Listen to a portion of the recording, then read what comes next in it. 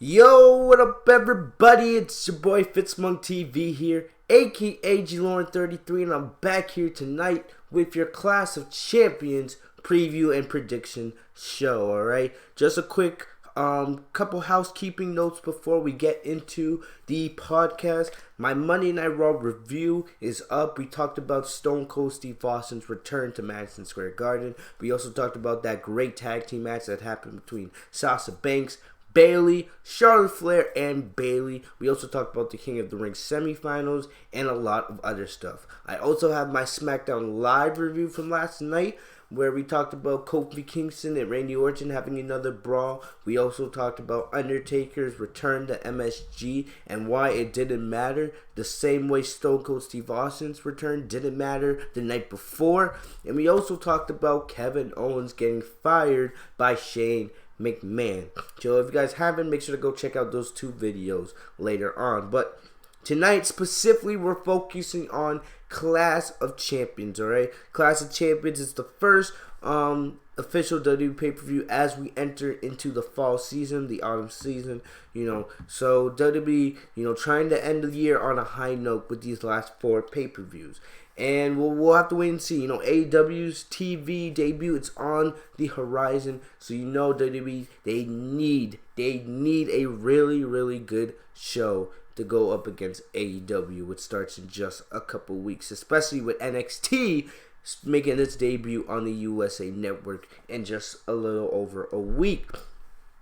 But we're going to be talking about Clash of Champions. We're going to go through basically every match that's been announced on the card. The card is basically finalized at this point. I'm going to go through the matches. I'm going to give you guys my thoughts on them like usual. And then I'll give you my prediction on who is going to win.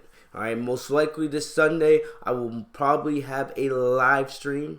Alright, a live reaction of all the matches, everything that goes down. And no matter if I do a live stream or not, right after Clash of Champions goes off the air, I will definitely have a live review, which I know you guys are excited about. The pay-per-view reviews on my channel are usually some of the best WWE videos I do. You guys love that, so can't wait for the Clash of Champions review this Sunday. But without wasting any more time, I don't want to be here all night, but we're going to go through this pretty quickly. These preview and prediction podcasts don't really take that long, but we're going to get into the show.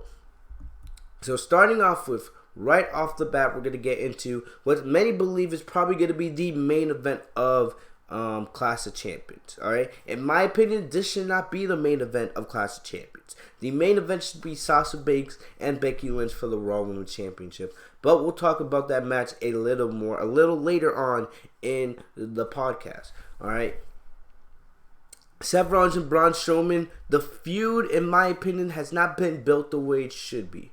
Really, there's really no there's really no build for this match. Alright, basically, you had the contract signing last week, which AJ Styles interrupted, where he ripped off the contract. And then you had the segment last night, or Monday night, at Madison Square Garden, when you had Stone Cold Steve Austin return. And in my opinion, Stone Cold Steve Austin's return didn't add any value. It didn't build up the feud. The whole point of the contract signing Monday night was supposed to be Stone Cold was there to build excitement for this match. I didn't feel he did that at all. Alright, what it felt like, it more felt Seth Rollins and Braun Strowman trying to suck up to Stone Cold Steve Austin, and it just became more of a nostalgia trip instead of actually building towards the Universal Championship match this Sunday. Alright?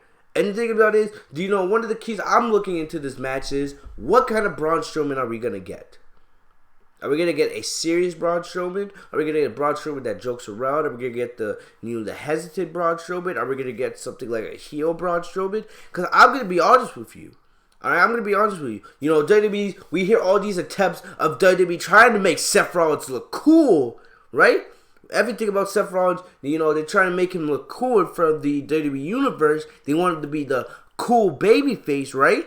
But everything we've seen, in my opinion, tells me that Seth Rollins is not cool, but Braun Strowman is the bigger babyface.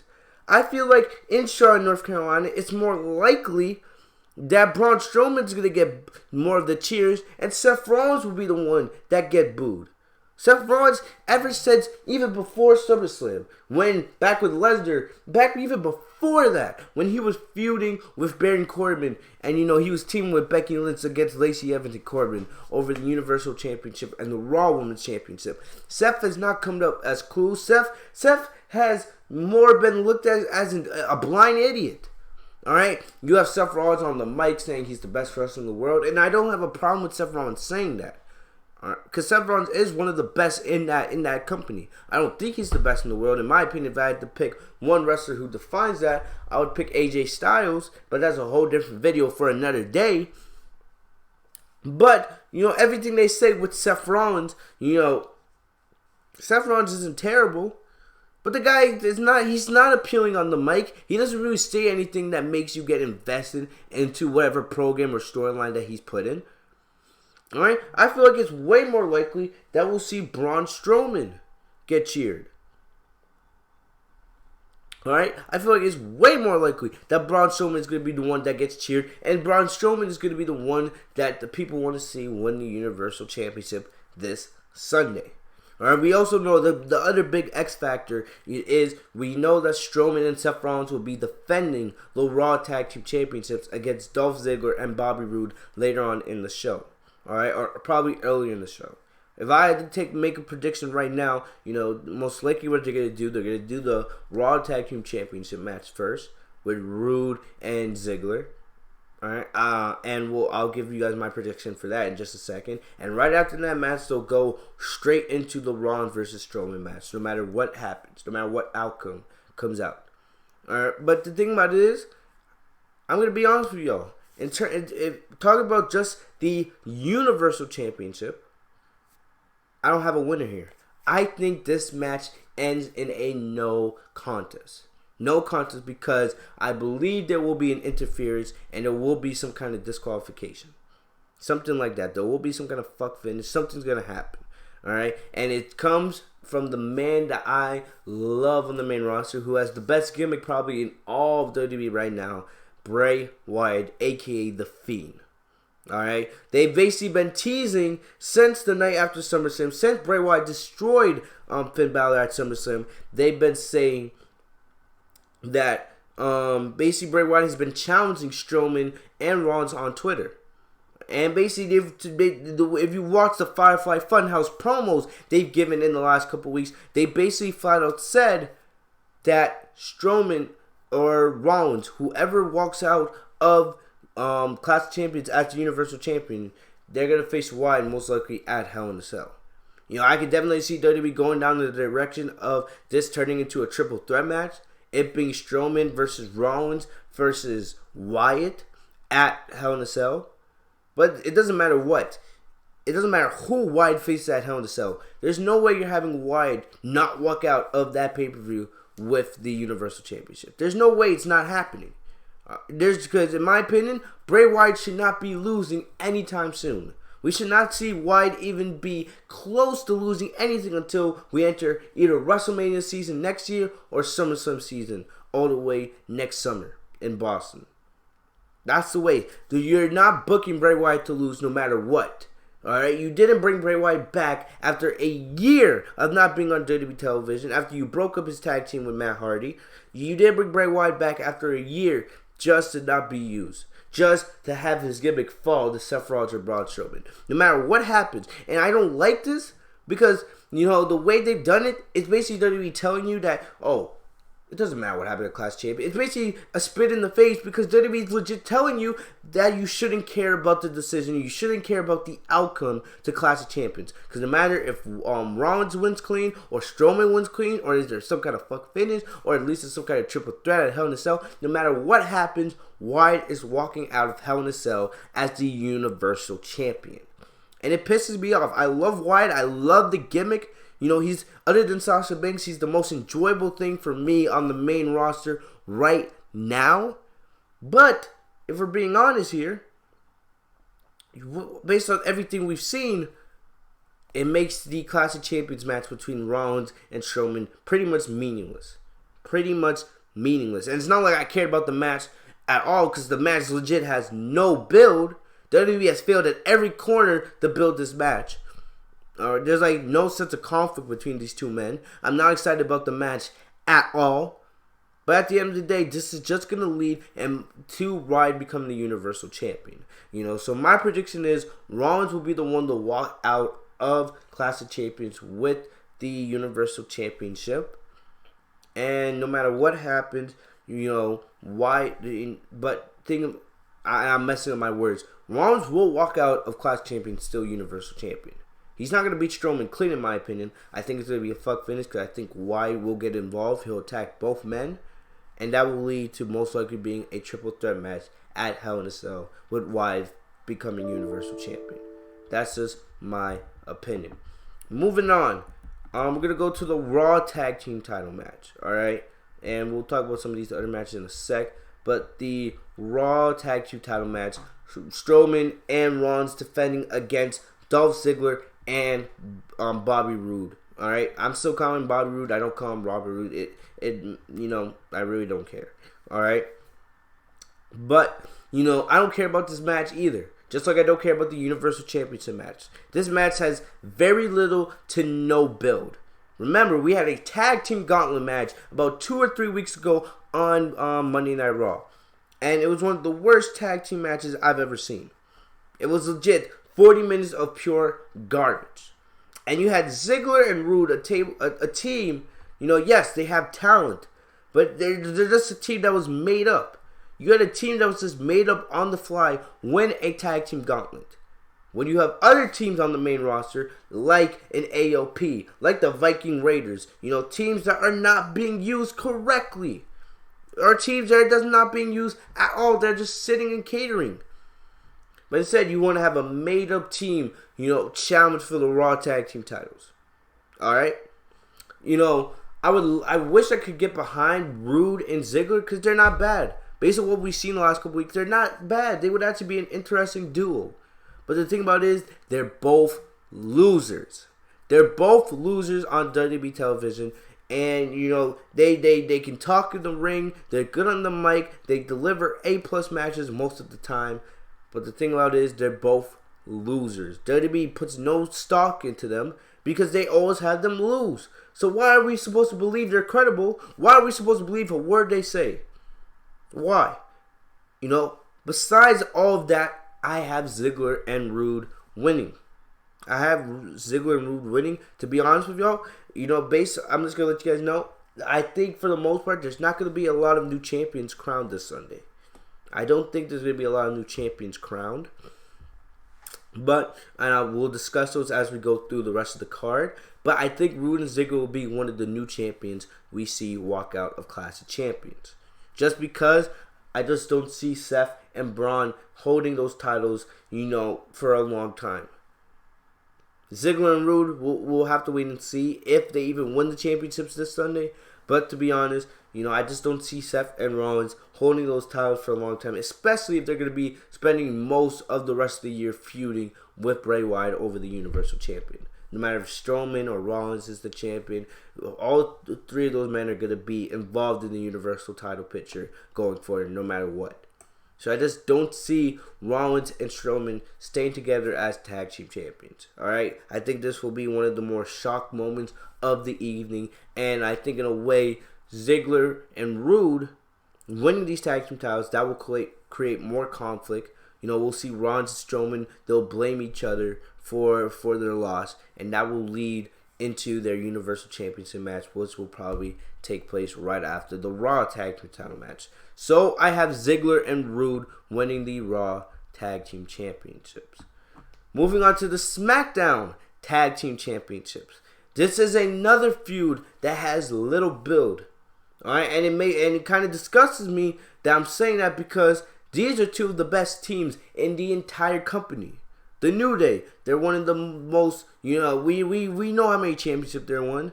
They're the longest reigning tag team champs of all time. They're 6-time tag team champions. I don't have to list off their accomplishments. You guys already know that. The Revival, they're one of the best. They're one of the best in the entire company, even though half the time WWE doesn't build them up correctly. I think this is a match that you'll most likely see on the pre-show because this match has very little to no build, and it disappoints me because, like I said, these are two of the best teams in the entire company. So I don't understand why WWE hasn't made an effort to build this match more. All right, but if you guys look at it, you know not Ziggler, Woods and Biggie were kind of written off television by injury. Because remember, the last couple weeks, Revival have been working with Randy Orton to attack the New Day, but I feel like they could have done a little more build. All right, I think this match will take place on the pre-show, and to be honest, I have the New Day winning. It's a Revival win. Hey, I won't be surprised. I won't be super shocked, but I just think it's more likely than not that we'll see Biggie and Woods successfully defend these tag team titles, and maybe this feud carries on into Hell in a Cell. Who knows? We'll have to wait and see. Remember that great feud between the New Day and the Usos 2 years ago? Maybe that's where they go with this, because these are, like I said, these are two of the best teams in the entire company, and it would be a damn shame if WWE didn't treat them as such.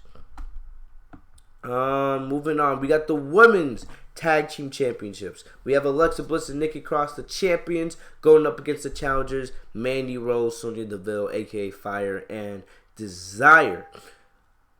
I don't care about this match. Like I've been saying for months, the women's tag team championships have been completely useless since they took the titles off of Sasha Banks and Bayley and gave them to the boring Iconics at WrestleMania. They've done nothing to make the titles look important. I don't care about this feud. I ranted about this last night on my SmackDown Live review. Alright? They're building this feud around the fact that Mandy Rose called Nikki Cross ugly. That's how you build a championship feud in 2019? Really, Vince? Alright, having another female superstar, call another female superstar ugly? That's how we're building feuds these days? This is pre-show garbage. This should be the other pre-show match on WWE Clash of Champions card. The Cruiserweights deserve to be on the main card. This deserves to be on the pre-show. If I had to make a prediction, I don't see why they would take the titles off Bliss and Cross. Even though, I'm kind of a fan of Fire Desire. I like Sonya Deville. I think one day, if she's built up correctly and she continues to get experience, I think Sonya Deville has the chance, potentially one day be a SmackDown Live Women's Champion. Alright, I see the potential in Sonya Deville. Same thing with Mandy. I think Sonya still has a little more potential than Mandy. But I can see these two being big stars in the women's division one day if WWE, I'm feeling a little sick, if WWE puts stock in these two, because they have the talent and they're getting better every time we see them in the ring. I would actually like to see Sonya and Mandy win the titles this Sunday. But I don't think they're going down that direction. I think there is a chance, depending on what happens with Sasha Banks and Bayley, we could see maybe going to the Survivor Series, potentially, or somewhere down the line, we could see Sasha Banks and Bayley challenging Bliss and Cross for the Women's Tag Team Championships. We'll have to wait and see. But, just for the fact, they had Bliss and Cross beat the Kubaki Warriors, Asuka and Kairi Sane. They had them beat the Iconics.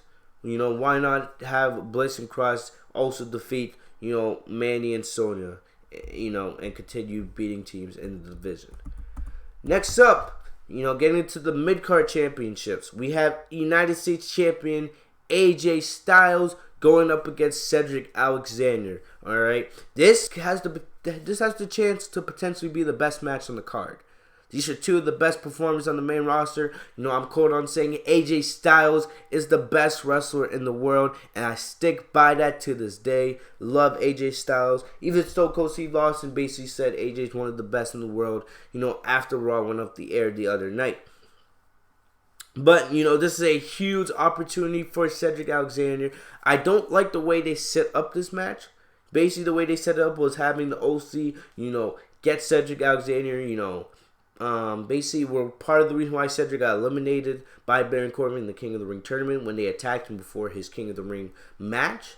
And, the way they set up, they had Alexander earn this opportunity by hitting the lumbar check on a beautiful lumbar check, by the way, on AJ Styles in the 10-man tag team match that we saw in main event Monday Night Raw the other day. This has a chance to be a barn burner. I feel like this is the match that we could see carry on over into Hell in a Cell. This is a program I would like to see. And, so far they've done a okay job. You know, they could have done a little bit better, you know, with this. But I see Styles winning on Sunday. I feel like Alexander, he'll eventually get his time as U.S. champ. I just feel like, you know, they're either going to save that for Hell in a Cell or somewhere later down the line. Because I still want to see AJ Styles versus Rey Mysterio for the United States Championship. You know, we'll have to wait and see how WWE plays this. All right, if Cedric Alexander wins, it would definitely be one of the more surprising victories this Sunday for me. But I think Styles is gonna win. All right, or somehow the OC gets involved, and that's another way, because remember, Styles is a heel. But in my opinion, I think Styles will win, and the feud will continue on over into Hell in a Cell, and maybe that will be when Cedric wins the U.S. Championship. The Intercontinental Championship, Shinsuke Nakamura, the champion, going up against The Miz, the A-lister. All right, I don't care much about this feud. It's not, you know, basically they teamed Shinsuke Nakamura. They paired Shinsuke with Sami Zayn, which, you know, it's not a terrible partnership. It's just, you know, I don't really care about that. Don't really care about that right now. But Shinsuke Nakamura, you know, as the Intercontinental Champion, the guy Shinsuke should probably be in the WWE Championship picture right now. I would not mind seeing Shinsuke go up against Kofi Kingston for the WWE Championship. You know, but they have Shinsuke over here with the IC Championship, which has pretty much, you know, been buried since Mania. You know, Finn Balor, they didn't let Balor do anything with the title. They let Balor hold the title for about 2-3 months, and he really didn't do anything with it. You know, it wasn't his fault. Half the time Finn wasn't even on television. You know, and, you know, Miz, he is I believe he's an 8 or 9-time Intercontinental Champion. You know, so if he wins on Sunday, he would either become a 9 or a 10-time champ. You know, but I just don't see them going down that route. You know, if Miz wins, good for him. But honestly, Babyface Miz is pretty boring in my opinion. Babyface Miz hasn't really done anything for me. You know, he is great on the mic, and he could put on a really good match when he's with the right person. But, so, you know, I just don't see why they would take the title off Shinsuke right now. You know, even though the IC Championship is pretty boring, you know, they haven't really been building it up the way they should be. There's other people in that division I would love to see challenge for that championship. You have a Buddy Murphy, who I think used to turn babyface. You have Mustafa Ali. You have The Miz. You have a Sami Zayn. You have a really good mid-card division. You can even, if you want, you know, I know Kevin Owens is fired basically based per storyline on WWE television right now, but I would not mind, you know, seeing Kevin Owens versus Shinsuke Nakamura. A babyface KO challenge a heel Shinsuke. That's something I could get behind. You know, you have all this mid-card talent, you're not using it. You have the division, use it. So Shinsuke, I think Shinsuke will win with the Kinshasa cleanly. We'll have to wait and see. There's probably a good chance that Sami Zayn will get involved just because he is a heel, but we'll have to wait and see. We'll have to wait and see.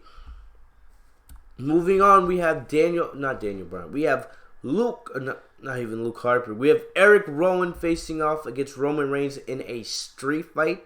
This is probably the match I'm least excited about. You know, when I look at this entire card, I don't care about this Reigns murder mystery for months. The way WWE has booked it it's been booked as one of the worst storylines on WWE television all year. And that's the straight facts in my opinion. You know, it seems like each and every single week WWE is struggling with how they want to tell the story, where they want to go. It seems like they're just writing out their asses at this point. You know, it seems like they're trying to build Eric Rowan up. They separated him from Daniel Bryan. So I don't know if they're turning Daniel Bryan back to a babyface, even though, you know, there's rumors saying they still want to do Bryan versus Reigns at some point. I don't know. You know, they had Eric Rowan attack Reigns the last couple weeks. You know, we saw on Tuesday he basically hit Reigns, knocked him out with a camera shot, with a camera at the top of the ramp. We'll have to wait and see. We'll have to wait and see what they do here. You know, but if I have to make a prediction, I have Roman Reigns winning. Like, why wouldn't you have Roman Reigns win? You know, you have Reigns right now. He's a cover athlete of WWE 2K20. He has the big Connor's cure. He's like the superstar they're advertising the most since, of course, Reigns and his great story of how he beat leukemia not once but twice. So I just don't see why they would have Reigns lose. And I feel like they're setting Reigns up, because I'm surprised they haven't done this already since Reigns was moved to SmackDown. But I feel like they're setting it up that with, SmackDown being moved to Fox, we're going to see Reigns back in the main event scene. And that, we'll most likely see Reigns challenging for the WWE Championship, no matter if it's against Kofi Kingston or Randy Orton or somebody else by the end of the year. With the big moves, of Fox, Vince is gonna want to get Reigns back in the title situation and have Reigns up there, and definitely probably have Reigns become WWE champion again. We'll go down that route when we go down that route. I would not mind Reigns as WWE champion if he was booked as a heel, but that's a video for another day. In terms of the Cruiserweight Championship, we have Drew Gulak versus Lynch versus Humberto Carrillo. I'm going to be honest with you guys, I don't have much to say about this match.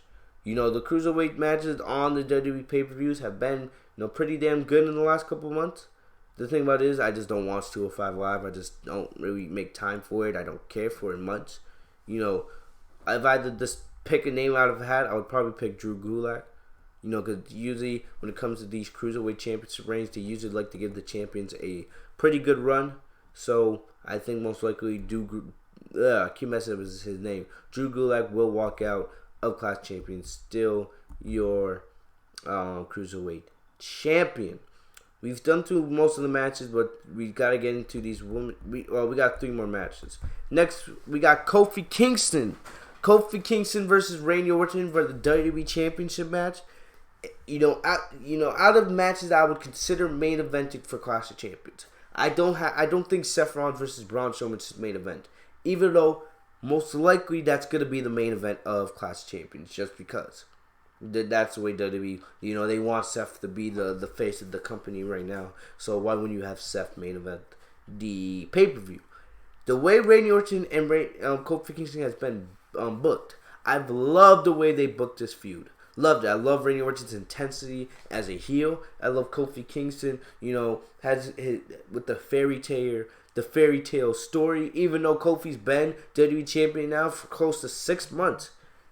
If you think about it, Kofi's been champion for close to 6 months at this point. He won the championship very early, very early April, very early in April at WrestleMania, and we're getting closer to Fox TV taking over SmackDown at the beginning of October. It's been close to 6 months we've had Kofi as champ, and in my opinion, he's had a pretty decent reign. He's had good matches consistently. He's been booked strongly. He's given good promos, good performances. He's had a good reign. If it comes to an end this Sunday at Clash Champion, I will not complain. Because a lot of people thought Kofi Kingston's run as WWE champion would only last a month or 2. We thought Daniel Bryan would either win the title back, or somebody like KO or Dolph Ziggler, or somebody down the line would beat Kofi for this championship. But he hasn't. He's been booked strongly. Alright? And people believe in him. And people want to see Kofi succeed. I think his luck is going to probably most likely run out. I've been 50-50, on this. Because Kofi has been advertised a lot for SmackDown on Fox. And, I wouldn't mind Kofi walking into SmackDown on Fox as the WWE champion. I've loved how they've went back and forth going into the past, back when Kofi was just a rookie, a new starter in WWE, and how he was being set up, being pushed into the main event scene. But, when he feuded with Randy Orton back in 2009, that basically halted Kofi's push, and he was relegated to the mid-card for years and years and years until, the New Day and all that. But, this Tuesday on SmackDown Live, they recreated the famous, one of Kofi Kingston's biggest moments. In my opinion, it was the moment where Kofi Kingston broke out and became a star in WWE. It was the Madison Square Garden show in 2009 when we saw that famous image of Kofi Kingston jumping out of the crowd, hitting the boom drop on Randy Orton through a table. They recreated that moment again in MSG this Tuesday on SmackDown Live, which I enjoyed a lot. It brought a lot of history. It was kind of emotional for me because I've been a huge Kofi Kingston fan since I was a little kid, back when he was a rookie. And, I love the success he's had. But I think his luck is running out. With WWE moving the Fox, you're going to want a huge name. And I'm not saying Kofi Kingston is not a big name, because Kofi Kingston, he's a star in WWE. He's a main eventer. Alright, but Randy Orton, he's a legend. He's an icon. Kofi Kingston, yes, he'll be in the Hall of Fame one day. Will he be a first ballot Hall of Famer? We'll have to wait and see. He definitely has the resume to be a first ballot Hall of Famer in WWE's eyes. But Randy Orton, there's no doubt when Randy Orton, retires, he'll be in the Hall of Fame, a year after he retires. There's no doubt. Why wouldn't WWE want, the title to be on Randy Orton? Randy Orton, legit, when you look at him physically, when you look at him, the way he works in the ring, he bleeds champion. So why would you want Randy Orton as a heel to walk into SmackDown Live's 20th anniversary into SmackDown on Fox? Why would you want Randy Orton to walk in? Unless you want Kofi as the babyface to be champion. But no matter what happens, I do have Randy Orton winning this match. No matter what happens, I see this feud concluding at Hell in a Cell with Orton ending the feud there. But we'll get to that when we get to that. But for right now, I have Randy beating Kofi this Sunday. I won't be mad. I won't be surprised if Kofi retains. But I feel like Kofi, his fairy tale run, it's been great. Has it's lasted. I thought somewhere down the line they would have like Big E turn heel. And, they would set up Kofi versus Big E. But instead, we're getting Kofi versus Randy, which has been a great feud up to this point.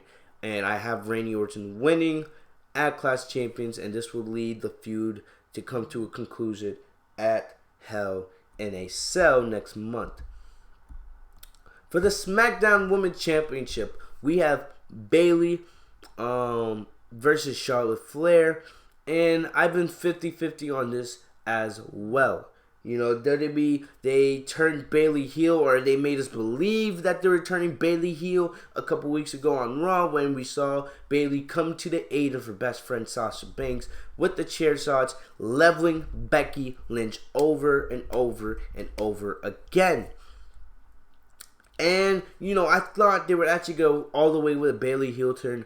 But based on what we saw, especially what we saw this week on both Raw and SmackDown, it seems like Bayley's going to be no more as a tweener. They're trying to make us believe in the story that Bayley's a heel because Bayley, who's clearly doing heel things, heel acts, basically having heel mannerisms. But Bayley, believes that what she's doing is right. What she's doing is right for the crowd. It kind of reminds me just a little bit, just very little. I'm not comparing Bayley to CM Punk, but it reminds me a little bit of when CM Punk turned heel back in 2012, and Jerry King Lawler and everybody was calling CM Punk a sellout, and that CM Punk turned his back on the fans. And for those first couple weeks, when CM Punk was in the process of his heel turn, Punk was like, no, I'm still, very much the voice of the voices. I'm still here for the fans and everything like that. But, CM Punk was acting like a heel until they fully turned. Maybe that's the direction they're going with Bayley. Maybe they're trying to make this into a slow heel turn. But, Charlotte's still a heel too. Maybe they're waiting to end this feud to make Bayley a full heel. Just because maybe they think it would be weird to have a heel versus heel. But I will say this. WWE doesn't really have any real true heels on its television these days. They really don't. They really don't. They try to make us believe that, but at the end of the day, it really isn't like that. So Bayley versus Charlotte, Charlotte wins. She'll become and that is the fact that this is coming out of my mouth is absolutely ridiculous. In 4 years, Charlotte will become a multi-digit, 10-time world champion. Clearly, they're definitely going to lead this Charlotte probably breaking her father's world championship record. It's absolutely crazy that in 4 years, she would have won already 10 championships on the main roster. Not even counting, her NXT Women's Championship reign. So if she wins Sunday, this would technically be her 11th reign in WWE.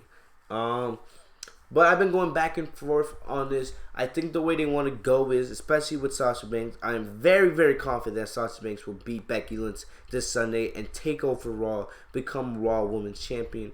I think they're setting it up for Sasha and Bayley since they're aligned as a heel group. They're trying to make us believe they're heels, even though, the fans refuse to boo these two women, which I understand why. They're going to have Sasha, one half of this unit, on Raw as the Raw Women's Champion. They're going to have Bayley continue to be the SmackDown Women's Champion over on SmackDown. And I think this would be beautiful if they do this. They should have Sasha and Bayley go after Bliss and Nikki Cross, regain the women's tag team titles, and basically be unstoppable in the women's division. And then this will eventually lead to them having a match, probably most likely for the Raw Women's title at WrestleMania. But we'll see where they go with this. I think Bayley's going to retain. Charlotte doesn't need the victory, clearly. Charlotte does not need the championship right now.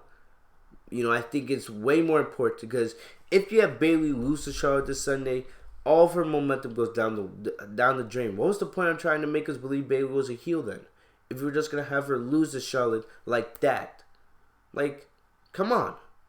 Bayley has to win. I think Sasha Banks needs to win her match more than Bayley, which we'll get into in just a second, but Bayley has to win. She has to win. No matter, I would have Bayley win by using some kind of heel tactic. I'm not saying you turn Charlotte into a babyface here. Charlotte can play babyface and heel, even though, I call her Robot Flair. But, Bayley needs to win this match. I feel like she will win this match using some kind of heel maneuver. Matter if it's maybe like a roll-up and Bayley puts her legs on the rope for leverage. Maybe, or if she hits Charlotte with some kind of low blow, something like that. We'll just have to wait and see. But I have Bayley retaining. There's really no other option. Charlotte does not need the championship. Bayley has to win this Sunday. And getting into our last match before we get out of here, Sasha Banks versus Becky Lynch for the Raw Women's Championship. I've been on the record stating Sasha Banks did return from her 4-month hiatus. Basically Sasha Banks said in an interview today, she's been on the road for 7 years straight. 7 years straight. So basically from 2012 when she joined WWE, when she joined NXT, she's been almost on the road nonstop. Almost no breaks. Mainly the reason why after WrestleMania, after her and Bayley lost the Women's Tag Team Championships, Sasha was burnt out. She needed a break. She needed time off to refresh herself, to, regain her composure, to heal herself, to gain new energy. And now she's back and doing what she loves again. Alright, and I can go into a whole 30-minute spiel on this Sasha Banks, but I want to focus on this match itself. Becky Lynch, since becoming the Raw Women's Championship when she defeated Ronda Rousey and Charlotte Flair at WrestleMania, her momentum has went down the drain. And I blame mostly WWE because WWE could not find any real credible opponents for Becky Lynch. Alright? They had her feud with Lacey Evans for a good 2.5 months. For 3 straight pay-per-views. They got her boyfriend Seth Rollins and Baron Corbin involved, which was pure garbage. You also had Becky Lynch versus Natalya in that submission match at SummerSlam. And even though it wasn't a bad match, I just couldn't get into that feud because at the end of the day, who really cares about Natalya? Sasha Banks is legit the most credible opponent. I'm on the record stating, I say in almost every video I make on WWE, Sasha Banks is the best female wrestler in the world. Period. There's no discussion. There's nothing to talk about. And remember, Becky and Sasha are 2 of the 4 horsewomen. We haven't seen these two have a legit feud with each other since NXT. They had maybe 1 or 2 matches back when Sasha and Becky first came up back in 2015. But other than that, these two have had very little confrontation in the ring.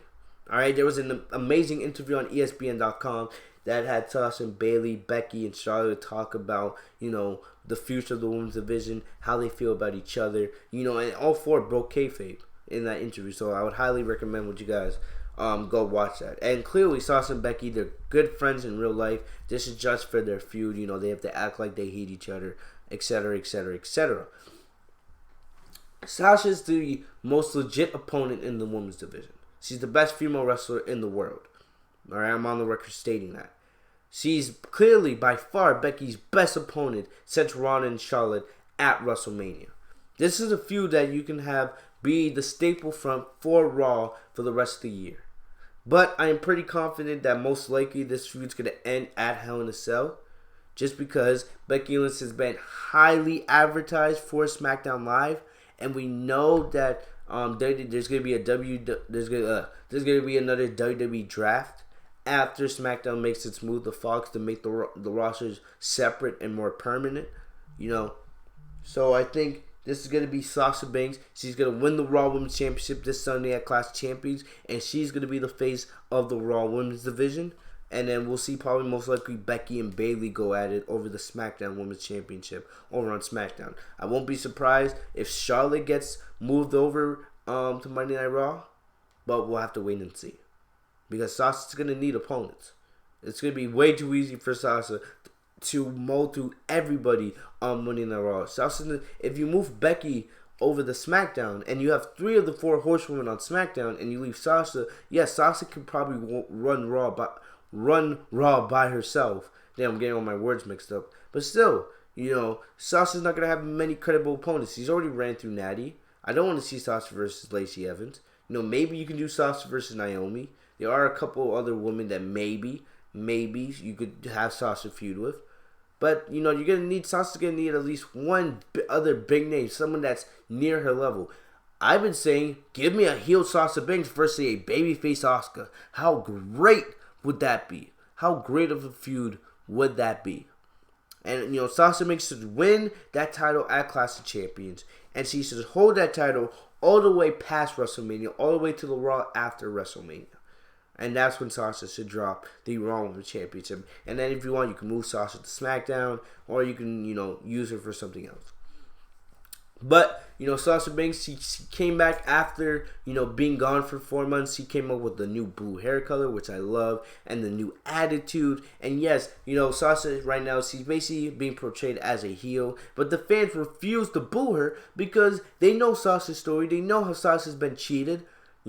Everyone knows that where Becky Lynch has been, Sasha should have been the one that should have main evented Monday Night. Sasha should have been the one that main evented WrestleMania. Sasha should have been the one on all the magazine shoots. Sasha should be the one and only face of the women's division, just for the fact that she is the best in the entire world at what she does. Period. End of story. Sasha Banks versus Becky Lynch, the feud has been booked great to this point. The only little things that I could say that maybe WWE messed up on is that initial promo Sasha did, a couple weeks after she returned, when she basically explained why she was gone and everything like that. I feel like WWE, and it was reported on, WWE didn't let Sasha go all the way. She was basically handcuffed in what she could have said during that interview. But either way. Either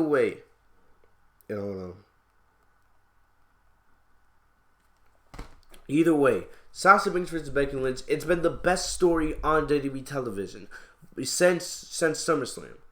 Nothing else other than maybe Kofi versus Randy has been booked to this level. And yes, it's not going to main event. It should main event if WWE had any logic. Give these two 20 to 30 minutes to end the show and let them give you a barn burner. Sasha versus Becky at Clash Champions has the potential to be the best female match we see all year on WWE programming, in my opinion. If given the time. These two are damn good at what they do.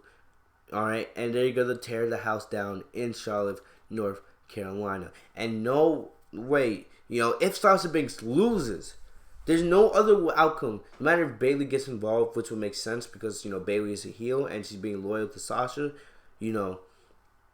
But there's no other way. There's no other way that this match can go. Sasha has to win. Sasha has almost all the momentum, even though WWE has done a good job, in my opinion, of making Becky, continue to look strong. All right, but Sasha, she has most of the momentum. You've booked her strongly since she's come back. There's no reason why Sasha shouldn't win this Sunday at Clash of Champions. No reason why. Because if she doesn't win, what was the point of having her come back with this new attitude? Having her dye her hair. Having her, come back as a heel. What was the point? It would have been all pushed down the drain. Sasha has to win this Sunday. No ands, no ifs, nor buts. Sasha has to win this Sunday at Clash of Champions. It's that simple. Period. That's it. We good? We good. That's about it. Sasha has to win this Sunday at Clash of Champions. Let me know in the comment section down below. That's about it for the preview and prediction show. I want to thank you guys for coming through. We talked about every single match. In the comment section down below, give me your full list of preview and prediction. Also, make sure to come by this Sunday for the live stream, the live reaction, and also stay by after Clash of Champions goes off the air for the live review. Make sure to follow me on social media. The links are in the description down below. I'm very active on my social media. Also, if you guys are new to the channel, make sure to like, comment, subscribe on this video. Enable notifications by clicking the bell right next to my name, Fitzmonk TV, so you guys are notified every time I post a new video. I'll see you guys this Sunday. Make sure you guys are here live on the channel. I'll see you guys later. Have a great day, guys. Peace!